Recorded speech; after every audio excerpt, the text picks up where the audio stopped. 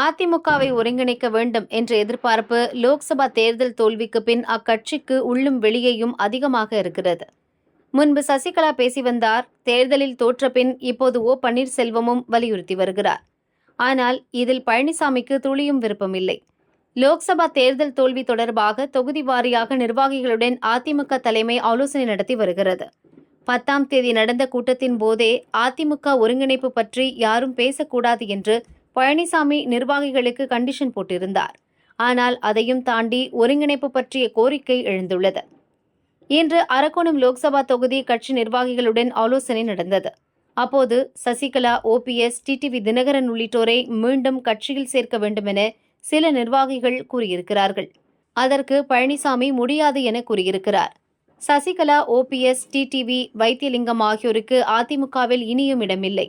அவர்களது ஆதரவாளர்கள் வந்தால் வேண்டுமானால் சேர்க்கலாம் என கூறியிருக்கிறார். அதிமுகவை ஒருங்கிணைக்க மூத்த தலைவர்களும் நிர்வாகிகளும் விருப்பம் தெரிவித்தாலும் பழனிசாமி அதை விரும்பாதது அல்லது தவிர்ப்பது ஏன்? கட்சியிலும் ஆட்சியிலும் EPS தான் தலைமை வகிக்கிறார். ஒருவேளை அதிமுகவை ஒருங்கிணைத்தால் தமது தலைமைக்கு ஆபத்து வருமோ என நினைக்கிறார். கட்சி தலைமை பொறுப்புக்கு பழனிசாமி வந்தபின் உள்ளாட்சி, சட்டசபை, லோக்சபா தேர்தல் என அதிமுக சந்தித்த 10 தேர்தல்களிலும் தோல்விதான் அடைந்துள்ளது. ஒருவேளை அதிமுகவை ஒருங்கிணைத்து அதன்பின் வெற்றி கிடைத்தால் வெளியிலிருந்து வந்தவர்களால் தான் இது சாத்தியமானதாக சொல்லப்படும்.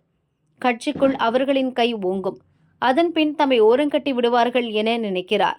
எனவே எதுவானாலும் தமது தலைமையிலேயே 2026க்குள் வலுவான கூட்டணி அமைத்து வெற்றி பெற செய்துவிட வேண்டும் என்று உறுதியாக இருக்கிறார் பழனிசாமி. அதனால்தான் ஒருங்கிணைப்பு கோரிக்கையை பழனிசாமி நிராகரிப்பதாக அரசியல் விமர்சகர்கள் கூறுகின்றனர்.